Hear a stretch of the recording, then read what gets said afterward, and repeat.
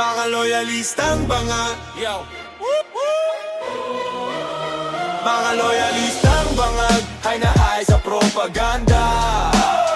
Mga loyalistang bangag may sariling mundo kasama bangag nilang presidente. Sila'y mga nakapula parang uniform sa eskwela. Sinasamba ang pamilyang bangag na parang telenovela. Mayaman daw sila sa talino pero naniniwala sa fake gold na kwento. Nakahay sa propaganda, di na kailangang suminghot. Oo, may ghost project pero si bangag wala daw alam dito. May nawawalang bilyones, ingay politika lang daw. Walang programa, hindi mo lang daw get. Sa utak nila si Junior ay best of the best.